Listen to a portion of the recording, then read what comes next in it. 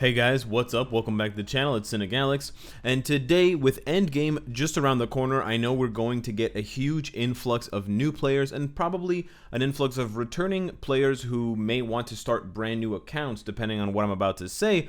So I decided now would be the perfect time to make a best of beginners tips. So I've amassed and kind of speculated and calculated and researched 25 of the top tips for Marvel Future Fight. And a lot of these tips will apply to you even if you still play the game, but it's always good to get a refresher on what to do and what not to do. So number one, at the very top of the list, the golden rule of Marvel Future Fight is to save your crystals. We don't get a lot of crystals in Marvel Future Fight, unlike some other games. There's very few ways to grind out crystals. They come in, slow drip, and there's a pretty heavy emphasis on getting a Stark Stash or getting some other method of consistently boosting your crystals. So it's very important that you, play smart with your crystals and you save them for specifically very high tier uniforms, because those are almost like huge character reworks.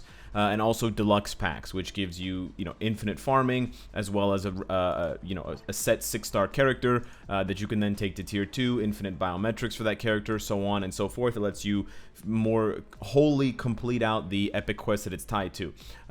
Don't use your crystals, despite videos that you might see, don't use your crystals to gamble for cards or to gamble for custom gears, at least not for the first year or two that you're playing, because you're really not going to have crystals to waste, and the small benefit that you might get from them is not worth the risk. So that's really the big takeaway. Unless you're pumping in tons of money into the game, you definitely want to be very frugal with your crystals and how you spend them.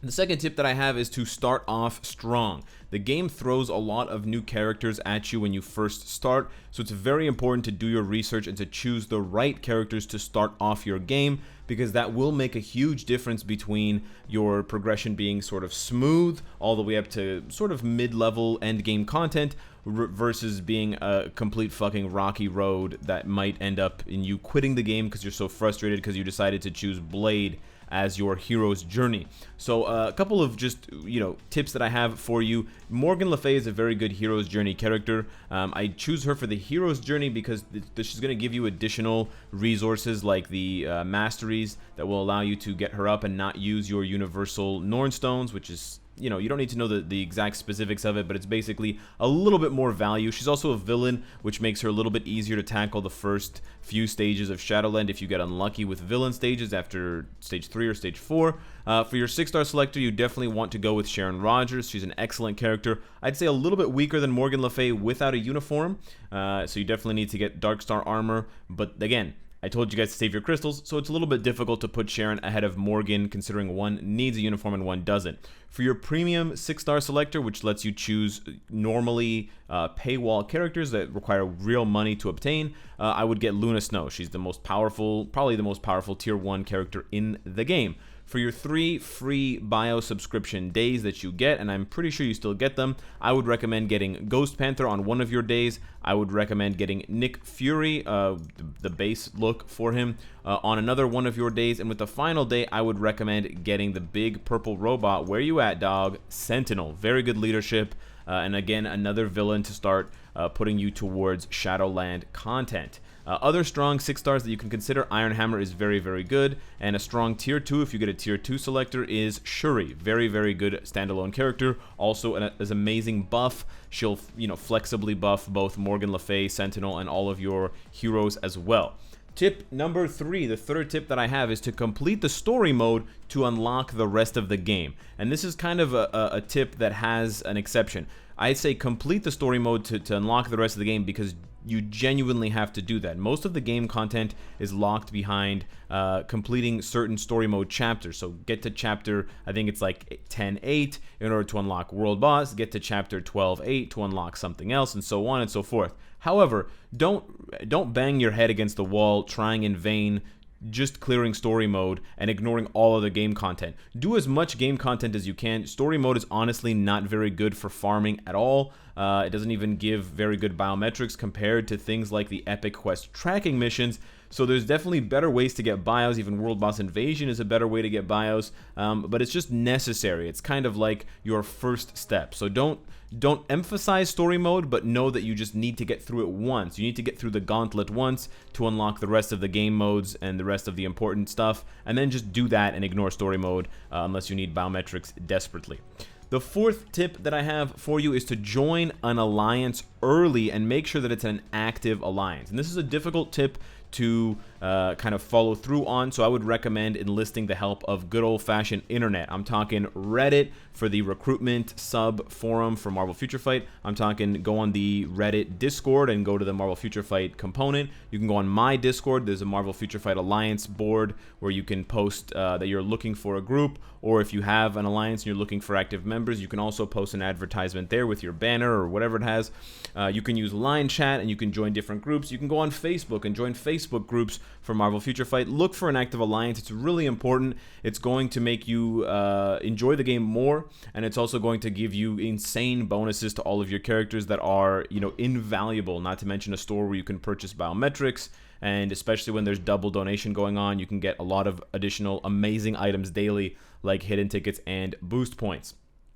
Number 5, and this one goes for everyone in the game, focus on your cards early and often. This is kind of a catch-all tip, but basically, like your alliance bonus, your card bonuses will apply a global buff to all of your characters, so you definitely want to figure out which cards are good and go for them ASAP. Kind of beeline for those cards, whether you get them from Shadowland boxes, whether you get them from your Honored Chest token exchange, or whether you get them from the Shield Lab, the item shop, or whether you get them from Dimension Rifts. Just figure it out, or even mythicking the Thor Ragnarok uniforms. Figure out which cards are good and then go for them. Get them to an acceptable star ranking, and you know, if you're super lucky, also get them rolled properly with good stats, because there are, you know, random options on every single card, and then equip them. One little tip that I have for you is to, especially for free-to-play cards, like let's say the X-Force card, roll it up to 4 stars first. 4 stars is a good kind of middle ground to get to, because it's easy enough to get a 4-star card in just a couple of days worth of farming, and then when you see the card at 4 stars, you'll be able to judge whether you want it or not. So take this Avengers card. It's a good base card, and it's got one good stat, all attack. This stat could be better. It could be cooldown. It would be perfect if it was cooldown, but this might be good enough to equip. And then once you have 4 good 4-star cards equipped, so let's say we're gonna combine this one up and see if this one is also a good 4-star variation. This one is, again, one good stat, one bad stat. The crowd control time is bad, the cooldown is good. But once you have 4-star cards, 5 4-star cards that are good, you can equip them, and that will give you kind of a foundation of stats. The stats, of course, that you're looking for specifically, you want all the good stats, but specifically cooldown duration, you want as much as possible, and ignore defense, you also want as much as possible, and then you can work towards getting 6-star variations of those same cards. But it's so important. To this day, almost, you know, 100% of players are still working on their cards in one way or another. It's never going to stop being a priority for players. Number 6 is to maximize your energy and your boost points together. These are 2 separate currencies that recharge at different rates, and they do different things. Energy is just required to do most content in the game. It's just your basic kind of energy gating, time gating system that games introduce, mobile games introduce, to kind of limit your playtime, but also encourage you, if you're a super whale, to spend on energy. But this game gives you a lot of energy, and additionally, every time you level up from level 1 up to level 70, you will get a full recharge on your energy. So it's very important to track how much XP, how close you are to the next shield level, and to make sure you drain your energy before doing that. There are some game modes like World Boss Invasion where you can spend your energy without gaining your XP for your account level, your shield level. So you can do that to kind of manage your energy, so you're always getting the maximum amount, because it won't overflow past your limit of whatever it is, 20, 50, 100. Additionally, you want to try to only play game modes that require energy when you have boost points. When you have no more boost points, all content will cost more in terms of energy, and you can just basically tell when looking at a mission. The mission is costing 4 energy right now because it's burning 6 boost points.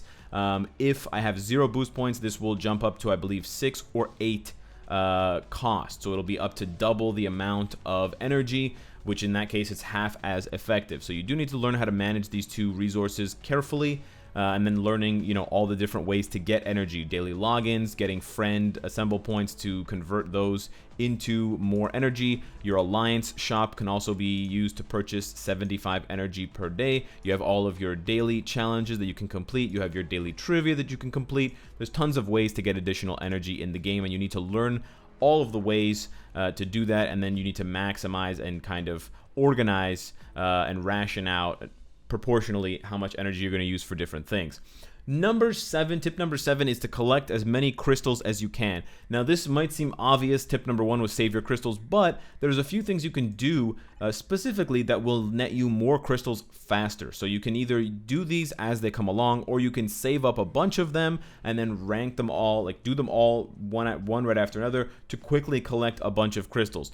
Probably the easiest one is getting characters to either level 40 or level 60. Every character that has that will, or sorry, level 50 and level 60, they will net you 20 and 40 crystals respectively. So just getting one character to level 60 will automatically net you 60 crystals.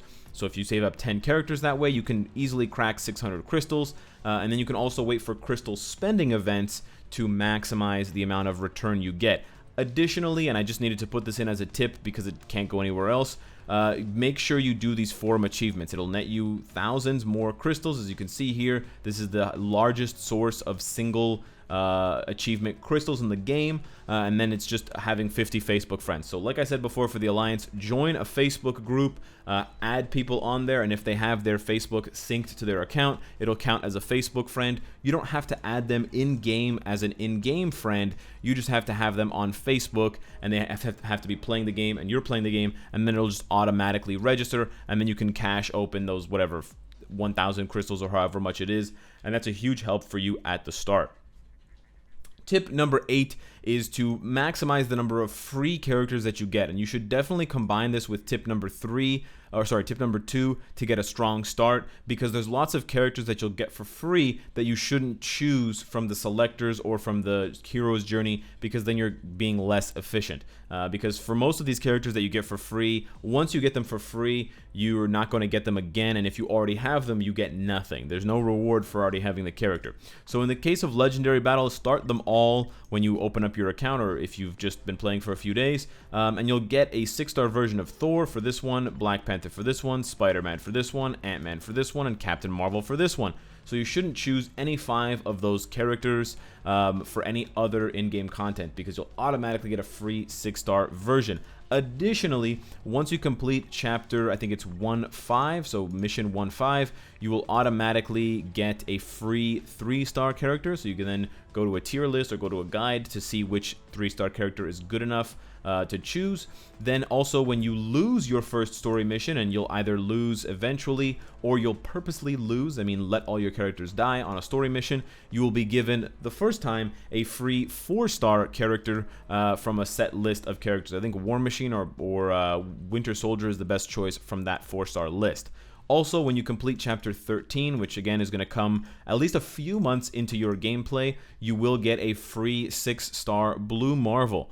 Now, there are some ways that you can maximize Blue Marvel's gear-ups if you already have a 6-star Blue Marvel, because in this case, specifically and exclusively, if you already have a 6-star Blue Marvel when you finish Chapter 13, it will convert that reward into 256 Blue Marvel biometrics. So if you want to get a head start on his gear rank ups to get them from 15 to 20, because you're going to need an additional 300 plus bios for that, you can kind of work the system by pre-6-starring Blue Marvel before you finish Chapter 13. You can just stop on the mission before the last, and then when you finish that one, you put those biometrics towards his gears to try to get him closer to Tier 2, so you can use a Tier 2 ticket on him or whatever. Tip number 9 and then tip number 10 as well are pretty similar. Don't equip fully awakened ISO 8 on a character. Now, eventually you will want to equip. Now, awakened ISO, for those of you that don't know, are 6-star with all of them red. You can call partially awakened ISOs the one that have that has, you know, 1 to 5 red stars, and you'll get these randomly for different things. You might get them through a login, you might get them through content that you complete, but generally these are much more valuable than the yellow star ones.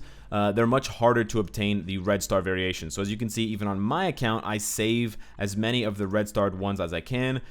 Generally, you only want to put them on a character that the community has already confirmed as a complete badass monster. So, you know, let's say a new update comes out and Iceman is in it, and everyone in the community is sure, I'm sure Iceman is amazing. You definitely want to get him. You definitely want to build him up. Then maybe you can hit him with some fully awakened ISO, but otherwise you don't, because if you make a mistake and you equip the wrong ISO on the character for their ISO 8 set, or if you just equip the wrong ISO on the wrong character, i.e. you give good ISO to a bad character, then it's gonna cost you crystals to take those ISO off. So in this case, let's say I wasn't a huge fanboy of Ronin. Oh no, I gave him a fully awakened absorbing ISO. If I want to equip that, it's going to cost me crystals. This conflicts with the golden rule, which is save your crystals, so be very careful. Additionally, be very careful with how you equip obelisks and CTPs. I see a lot of people equipping bad or kind of aligned obelisks on characters. For example, Ghost Panther's obelisk has fire damage, and I see fire damage on a character like Thor, or a character like, you know, just a character that doesn't have any sort of elemental damage, let's say Doctor Strange. That obelisk could be much better suited for a fire damage character like Satana or Ghost Panther or Ghost Rider. There's plenty. And guess what? Unequipping good obelisks is also going to cost you a hefty 600 crystals. It's also going to cost you 600 crystals to unequip CTPs. So unless you're rolling in cash, you should be very careful. I'm not saying that you shouldn't equip obelisks, but I'm saying that you should make sure, you should double check that the obelisk is good enough for the character and that it fits the character and that it's not too good for the character before you give it to them.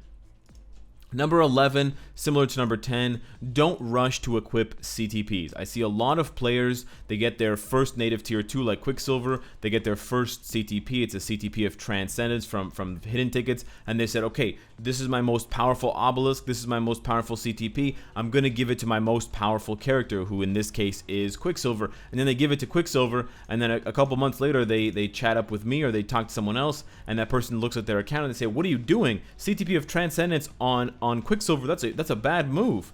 Uh-oh.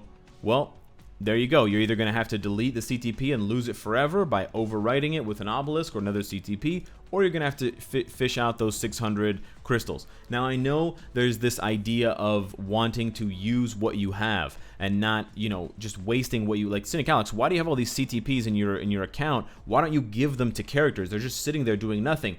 Well, I don't want to waste the crystals, even as a massive whale, even as a big blubbery freak who's constantly spending money on the game. I still have the idea in my head that I want to make sure the character is worth that investment before I take off the CTP or before I put it on, because I don't want to have to take it off later. So it's really important that you know for sure. I'm not going to want to take this off in a couple of months or possibly a year because the cost is pretty high if you do make that mistake. Number 12, and I have a video for this in case you're wondering, learn how to time a damage proc. I don't really have the time to show you in this video what that means, but obelisks and CTPs that have a damage proc will have it written on it that it triggers. There's an activation rate with a chance when attacking. And it'll either be a 10% chance or a 20% chance when attacking or when dealing a crit, and then something will happen that boosts your damage. That's basically the short version of what a proc is. It's a triggerable boost to your damage for a certain attack, or in the case of a CTP of Rage, for a certain amount of time, 5 seconds. So you basically need to learn how to do that timing, and it's very important. It's basically the same thing as learning when to block in other games, learning when to counterattack, learning when to parry in Dark Souls. You really need to learn how to do that if you want to maximize your success in Marvel Future Fight, and I do have a video for that I can link below in the description. Number 13, I think I called number 12 number 13, but this is really number 13.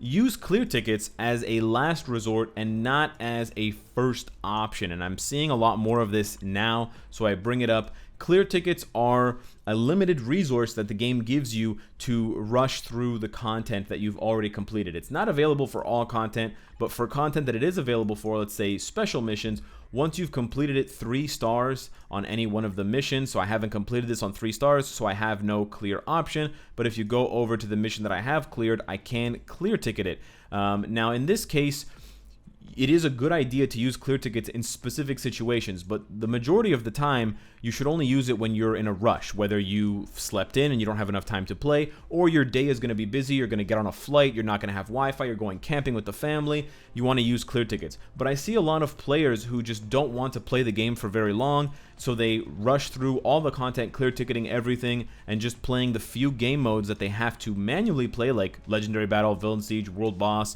Alliance Raid, Shadowland, etc. And then they complain that they don't have any clear tickets. Well, that's kind of the problem there. That's a you problem that you can fix by not clear ticketing all content. Additionally, clear ticketing is not very good for getting uniform XP, because you do not get uniform XP from using clear tickets, and uniforms and getting uniforms to Mythic will become a very important part of a character's building blocks. And so being able to manually play the mission and have the character run through it will net you 100 uniform XP every single time, and while that seems like a small amount, it adds up over time. I've grinded up Deadpool's Legendary, which is the final step to getting it to fully maxed out Mythic level. I've grinded this 97% of XP purely through manually playing missions and not just clear ticket, clear ticket, clear ticket, clear ticket. So I just wanted to drop that one on you guys as kind of a PSA, but kind of as just an advisory to players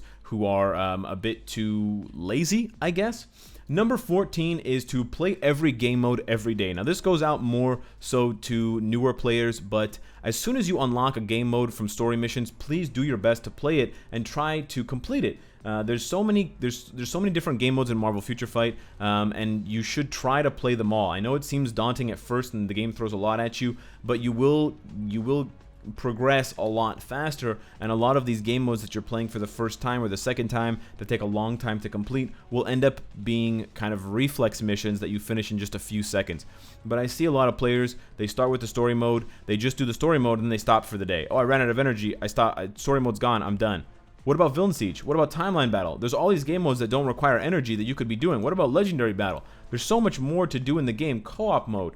So make sure you're playing as often as you can, as much as you can, if you want to get as far as possible. If you want to just be a casual dude or a casual player, by all means, just do the content that you want to do, but then don't expect to keep up with hardcore players and, you know, more passionate players who are doing everything every day. Tip number 15 is to build up strong characters about 50% of the way before moving on. Now, this is a bit more of a specific tip, but I see sometimes players blowing all of their currency, blowing all of their kind of resources, trying to build one character perfectly. And to be honest with you, the difference between an average kind of 50% built Cyclops and a perfectly built Cyclops is not very high. There's not a lot of variance. Strong characters are strong, weak characters are weak. So building a strong character 50% of the way, in most instances, will be better than building a weak character 100% of the way. That's the first problem. The second problem is there's a lot of RNG in character building. You know, combining Uru from 1-star up to 3-star or 4-star or 5-star can be very costly, not only for your Uru resources, but also gold. So that's something to think about. Leveling up your skills, leveling them all up to 6 is just a big waste of gold, so you don't want to do that. Rolling for the perfect ISO 8 set can literally cost you tens of millions of gold. And I know I have so much gold, so I can't really complain, but you can talk to many players who don't have any gold, and they can tell you horror stories of spending 10, 20, 30 million gold to get one ISO 8 set for one character. And you're, you know, a new / intermediate player, you're trying to build up 10, 20 characters at once. You don't have them already built like I do, so you really need to ration out your resources and say, okay, I have these 5 characters I want to build. Each one of them is going to get roughly, you know, 10% of my resources. I'll still have 50% left over for the update or for whatever's coming next. Thanks for the sub. Moving on to tip number 16, build up other characters. So the last tip was to build up your good characters, your strong characters, to about 50% of their build level. For all of your other characters that you don't want to build up at all, like Hogan, Ulick, Deathlock, these kind of trash characters, characters like Wong, Red Skull, etc., just build them up to 4 stars level 40, and you do that for the co-op bonus. For every character that you have level 40, 4 stars, you will increase your owned hero bonus, and it goes 1 hero for stage 1, 21 for stage 2, 41 for stage 3, 61, 81, and then 101 at the end for stage 6. So you want to get up to stage 6 as fast as possible, because that will just give you additional free resources every day when you play co-op, and whether that's just gold or whether that's other resources as well, you'll just get more of them. And more of the free resources that you get is pretty good if you ask me. Moving along to number 17. Tip number 17 is to save rank up tickets for premium heroes. Now this goes without saying, and I think if you talk to Marvel Future Fight players long enough, you'll find this out, but anytime you get a mega rank up ticket or even regular rank up tickets from events or token exchanges, anytime you get, from a special box or from logging in a tier 2 advancement ticket or a mega tier 2 advancement ticket, those are generally to be saved for premium characters. Premium characters are qualified as the characters that you can only get from a premium hero chest or from the biometric subscription and the X-Gene subscription. So all of the characters down here, in addition to most of the characters here, Vulture, Gwenpool, and Inferno are exceptions, and so is Satana, and so is Clea, but otherwise, that's where you should spend those items. You may end up spending some of your tier 2 tickets, because you do get one every 30 days, on some other characters to progress more aggressively at the start, like let's say using your first tier 2 ticket for Sharon Rogers to get her there because you used your hero's journey on someone else. That's fine, but moving forward, it's always best to save those premium items for premium characters, because you don't get them very often, and because those premium characters generally tend to be much more powerful than other characters that you can get, and you can never use those rank up tickets on native tier 2 heroes like Thanos, Doctor Doom, Scarlet Witch, so you really don't have any other options to use them on. Tip number 18 is to know who needs a tier 2 and who doesn't yet. Eventually, you'll want to tier 2 every character because they get a stat bump, they get an extra passive effect, they could get changes to their existing stats, but it's really important to know that Angel is a very good tier 1 character, and his tier 2 passive Enhanced Wings doesn't actually enhance a lot of what makes him a strong character. On the flip side, a character like, let's say, Elsa is completely garbage at tier 1, and she absolutely needs her tier 2 if you want to play with her effectively, because her tier 2 is what gives her damage immunity, it gives her guaranteed dodge, it gives her penetration, it just basically gives her all of her OP stats that actually make her a viable character. Venom with his anti-venom uniform doesn't need tier 2 to drop those heals. The heals have nothing to do with Symbiote Instinct, his tier 2 passive. The heals have to do with Deadly Maw, his fourth skill that he gets when he's 5 stars. He actually doesn't even need to be 6 stars to heal. He needs to be 5 stars. But you do need him at 6 stars in order for him to be a striker in World Boss Ultimate. So that does, that is necessary. But he doesn't need to be tier 2. She-Hulk doesn't need to be tier 2 because you're only using her for her lawyer up leadership. So she just needs to be level 60, 6 stars. But then there's a whole bunch of other characters that absolutely need to be tier 2 to be any good at all. So it's really important to know which are which, and then you can more aggressively or passively grind up their bios or use rank up tickets on them, so on and so forth. Number 19 is to, as you get stronger, as your roster gets larger, and as you get better cards and your shield level gets higher and your maximum energy and all that stuff, you should start to balance your team. All of the characters that I recommended for you to start with, Sharon Rogers, Luna Snow, Morgan Le Fay, Iron Hammer, etc., those are all just very good characters. One or two of them has a good leadership, or Shuri has a good tier 2 passive, but otherwise, those are strictly damage characters. Those are characters that are going to carry the weight for you, but they're not leadership characters to enhance the team, and they're not support characters that also enhance the team. But as you get stronger, you're going to want to focus more on those support types because you only need a finite number of killers. You only need so many assassins, but then after that, you're going to start to need, you know, the hackers to help the assassins get into the building and get out and control the security system. And you also need the managers that are going to move the money around and find locations for you guys to hide out and so on and so forth. That was probably a more expansive, elaborate metaphor than you needed, but it basically just goes like that. Leadership and support characters should come secondarily after you've built up your high DPS characters. Tip number 20. We're in the end game of the tips here. You should aim for 5 out of 5 world boss ultimate clears per day. And this goes along with tip number 21, which is to aim for Shadowland, stage 5, 10, and 15 as fast as you can. Stage 5, stage 10, and stage 15 will give you an additional reward. I can't show you what the reward is right now because it's been the setup of Shadowland has been changed, so I can't scroll through. But stages 5, 10, and 15 will give you biometrics that you can use to build up new and existing characters. And then World Boss, it's important to be able to clear it 5 times per day, which you'll need 15 6-star characters for, because it'll give you basically an infinite, you know, refreshing daily source of either Phoenix Feathers and that material, or black antimatter and that material, in addition to other materials that you can start to get and focus on, like tier 3 materials, once you can start clearing World Boss Ultimate. But even if you're just clearing regular World Boss, which is this normal mode, it's very important that you don't stop at 1 clear per day if you can clear more, and that's why you need at least 5 of those high DPS characters to start, and then possibly more for Shadowland. Tip number 22.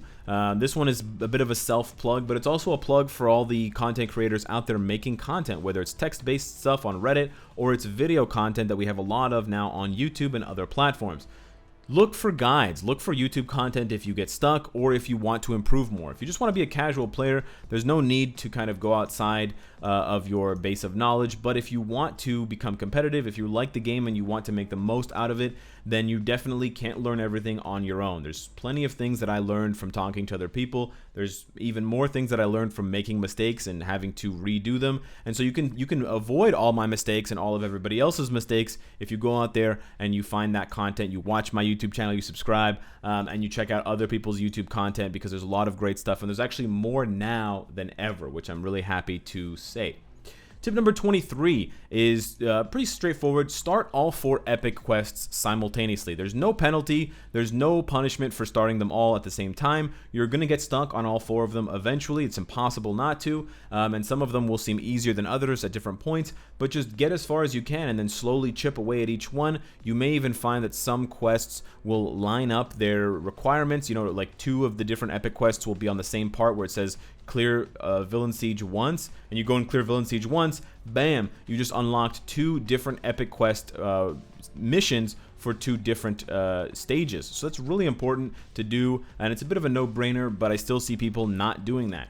Number 24 is to, now here, you know, this tip, if you've watched until now, then maybe you're considering spending some money on the game. I'm not saying that, I'm not encouraging you to, I'm not saying you have to, but if you want to get the maximum enjoyment with the minimum amount of frustration, it is pretty strongly recommended, and this is kind of like a community recommendation. This is not just me, I'm not getting paid to say this, but getting at least VIP 1 or VIP 3. VIP 1 is important because it unlocks an additional co-op reward that you can collect 5 times per day, and that's an additional gold slot. So that will really increase how much gold you're getting per day.